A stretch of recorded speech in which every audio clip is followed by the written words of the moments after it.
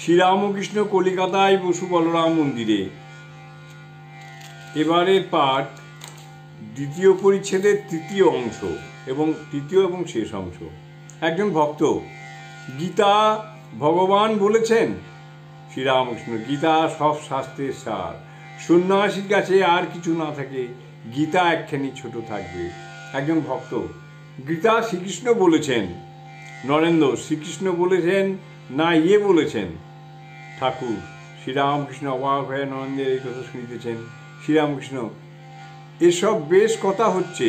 শাস্ত্রের দুই রকম অর্থ, শব্দার্থ ও মর্মার্থ। মর্মার্থটুকু লুতে হয়। যে অর্থ ঈশ্বরের বাণীর সঙ্গে মিলে চিঠির কথা, আর যে ব্যক্তি চিঠি লিখেছে তার মুখের কথা অনেক তফাৎ।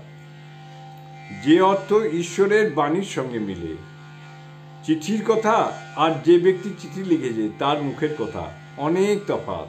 শাস্ত্র হচ্ছে চিঠির কথা, ঈশ্বরের বাণী মুখের কথা। আমি মার মুখের কথার সঙ্গে না মিললে কিছুই লয় না। আবার অবতারের কথা পড়িল।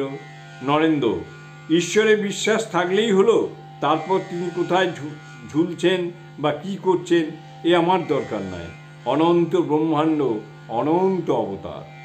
অনন্ত ব্রহ্মাণ্ড, অনন্ত অবতার শুনিয়া শ্রীরামকৃষ্ণ হাত জোর করিয়া নমস্কার করিলেন ও বলিতেছেন, আহা।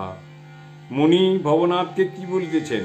ভবনাথ, ইনি বলেন, হাতি যখন দেখি নাই তখন সে ছুঁচের ভিতর যেতে পারে কিনা কেমন করে জানব? ঈশ্বরকে জানি না, অথচ তিনি মানুষ হয়ে অবতার হতে পারেন কিনা কেমন করে বিচারের দ্বারা বুঝব? শ্রীরামকৃষ্ণ, সবই সম্ভব। তিনি ভেলকি লাগিয়ে দেন, বাজিকর গলার ভিতর ছুরি লাগিয়ে দেয়, আবার বার করে। এটি পাটকেল খেয়ে ফেলে, ইট পাটকেল সব খেয়ে ফেলে। জয় ঠাকুর।